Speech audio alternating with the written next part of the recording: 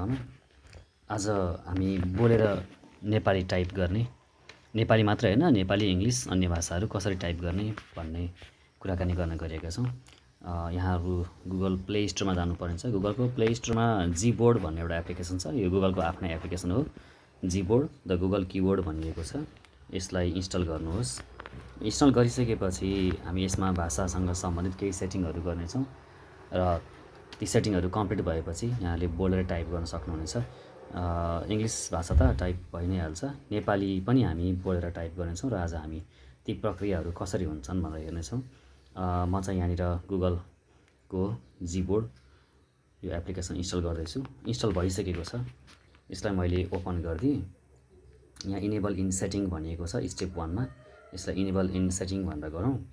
अब माथि default keyboard भनेको छ, सामसङ किबोर्ड भनेर आएको छ। तल सामसङ किबोर्ड छ, इङ्ग्लिस एन्ड नेपाली भनेर भनिएको छ। योभन्दा तल गुगल भोइस टाइपिङ भनियो र अर्को छ जीबोर्ड भनिएको छ। तल लास्टमा चाहिँ किबोर्ड बटन अन नेभिगेसन बार भनिएको छ। अब यसमा तपाईहरुले जीबोर्ड भन्ने जुन छ मल्टिलिङ्गुअल टाइपिङ, यसमा चाहिँ यसलाई अन गर्नुपर्ने हुन्छ। यहाँनिर Gboard may be able to collect all the text you type including personal data such as passwords and credit card number भनिएको छ। यसलाई त हामीले ओके गर्नु परि नै हाल्यो र यति गरेपछि अब तपाईले नेपाली टाइप गर्न सक्नुहुनेछ। अझै यसलाई हामी जीबोर्डमा राख्छौँ। स्टेप 2 मा चाहिँ हामीले जीबोर्ड चुज गर्यौँ। यसैगरी यहाँ ल्याङ्ग्वेजहरू देखिएको छ, प्रिफरेन्सहरू धेरै कुराहरू छ यहाँनिर। यसमा तपाईले आफ्नो आवश्यकता अनुसार पछि पनि बदल्न सक्नुहुनेछ। किप गुगल किपको एउटा नोट लिनेछौँ र यहाँ गएर हामी टाइप गर्नेछौँ। इङ्ग्लिस टाइप गर्न सकिनेछ। बोलेर टाइप गरौँ। बोलेर टाइप गर्नको लागि तपाईले यो किबोर्डको साइडमा राइटपट्टि साइडको टपमा यहाँ दिएको छ माइक, यहाँ क्लिक गर्न सक्नुहुन्छ, टच गर्न सक्नुहुनेछ। यहाँ छ केही अप्सन आएको छ। यसलाई मैले व्हाइल युजिङ दिस एप भनेर राखेँ, अडियो रेकर्ड भनेर। यसमा म फेरि क्लिक गर्छु र अब रेकर्ड गर्न सुरु गर्छु। Rainfall on Friday morning causes waterlogging in Lalitpur.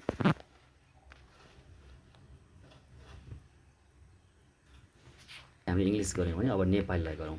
नेपालीको लागि यही किबोर्डको तल रहेको छ, यहाँ एउटा ल्याङ्ग्वेज चेन्ज गर्नको लागि चाहिँ अर्थको एउटा सिम्बल दिएको छ। यो तपाईँको ल्याङ्ग्वेज सिम्बल। यसमा हामीले क्लिक टच गर्नेछौँ। नेपालीको नजिकमा अघि इङ्ग्लिस आएको थियो भने अब नेपाली आउँछ। यहाँनिर लेफ्टपट्टि साइडमा तल छ।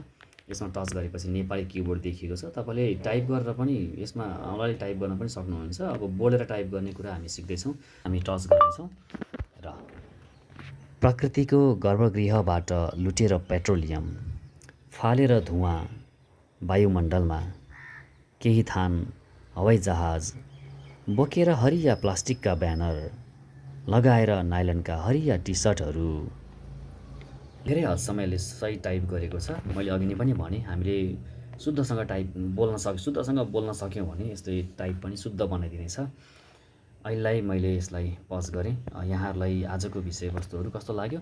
नेपाली टाइप बोलेरै गर्न सकिने, नेपाली इङ्ग्लिस टाइप पनि छँदैछ। यहाँहरूलाई टाइप गर्न समय लाग्छ वा किबोर्डहरू जानिसक्नु भएको छैन, समयको बचत गर्नु छ भनेदेखि पनि बोलेर टाइप गर्न सक्नुहुनेछ।